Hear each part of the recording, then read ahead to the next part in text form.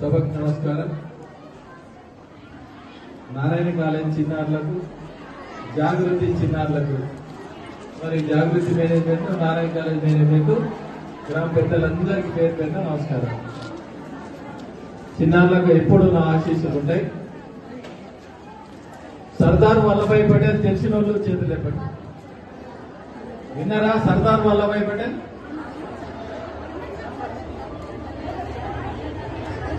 సర్దార్ వల్లభాయ్ పటేల్ పుట్టి 150 జయంతి సందర్భంగా unity March తీసుకురావాలనే ఉద్దేశంతో కేంద్ర ప్రభుత్వం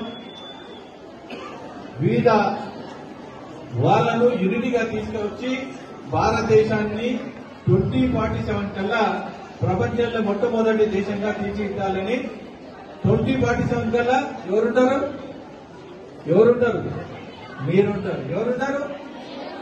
ఎవరుంటారు?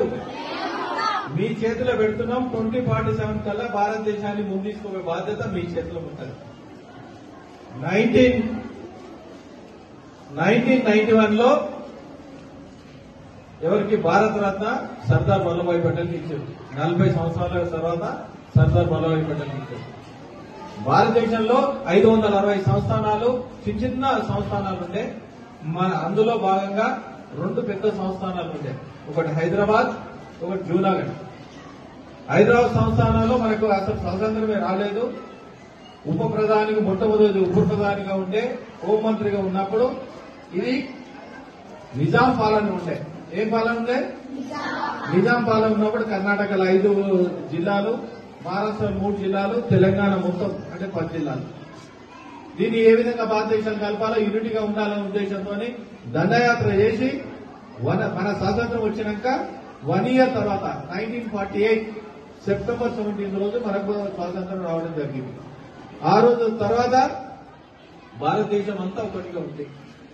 ఒకటే సర్దార్ వల్లభాయ్ పటేల్ ఏమంటున్నారంటే 1875 31 అక్టోబర్ లో పుట్టి పెద్ద అప్పుడు ఏంటంటే బ్రిటిష్ పరిపాలన ఉండే. రైతు ఉద్యమం చేస్తా ఉన్నాడు.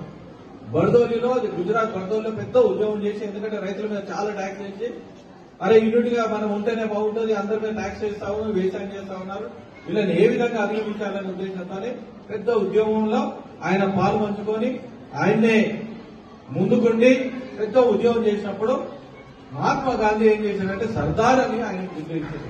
ఇంతమందిని ఉద్యమం ఒక ఏకదాటిగా తీసుకొచ్చినారు. ఈ విధంగా చేసుకుంటూ పోతే అన్ని కార్యక్రమాలు.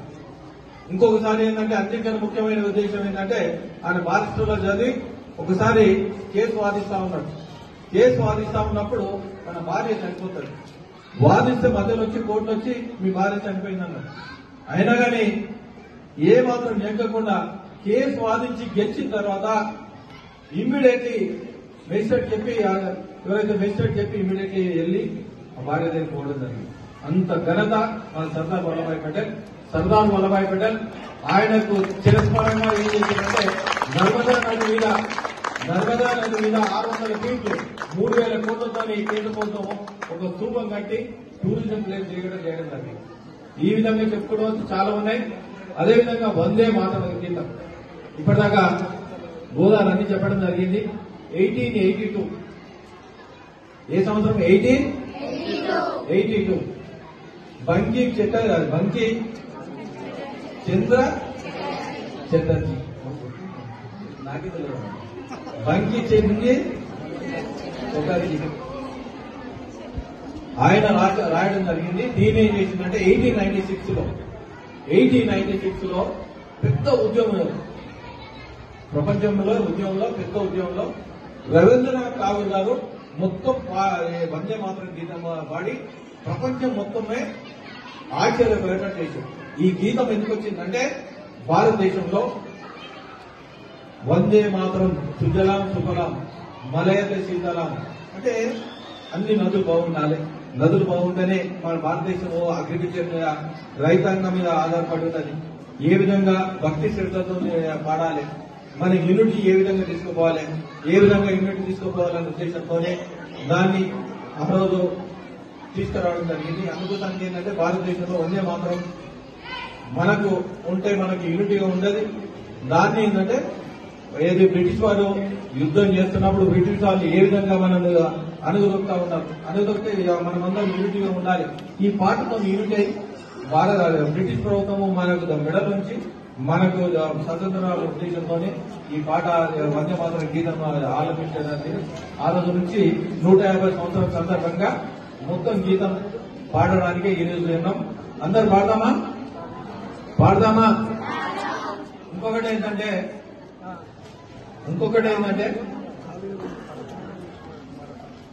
మనము యూనిటీగా ఉండి ఎన్ని వివిధ శక్తులు మన దగ్గర భారతదేశంలో ఎన్నో భాషలు ఉన్నాయి, ఎన్నో రాష్ట్రాలు ఉన్నాయి, అయినా కానీ యూనిటీగా ఉంటాం. ఇప్పుడు భారతదేశంలో ఎన్నో దేశం కింద ఉంది, 4 దేశం కింద ఉంది. ఎన్నో దేశం కింద ఉంది? ప్రపంచంతో పోటీ పడతా ఉన్నాం. రాబోయే 2047 కల్లా ఒకటే దేశం కింద తీర్చిదిద్దుకోవాలి. మేక్ ఇన్ ఇండియా కార్యక్రమం మన దేశంలో ఉత్పత్తులు ఏవైతే ఉన్నాయో మనమే కొనుక్కోవాలి. బయట ఉత్పత్తులు కొనొద్దనే ఉద్దేశంతోనే ఈ కార్యక్రమం చేపడతా ఉన్నాం. దేశం కట్టుకుంటేనే రాష్ట్రం కట్టుకుంటేనే మన కాన్సెంట్ కట్టుకుంటేనే మన ఊరు కట్టుకుంటుంది అనే ఉద్దేశంతో మనమందరం ఏకదాటిగా ఉండాలని కోరుతూ యోగేశ్వర పెద్దలందరూ ధన్యవాదాలు తెలియజేస్తాను.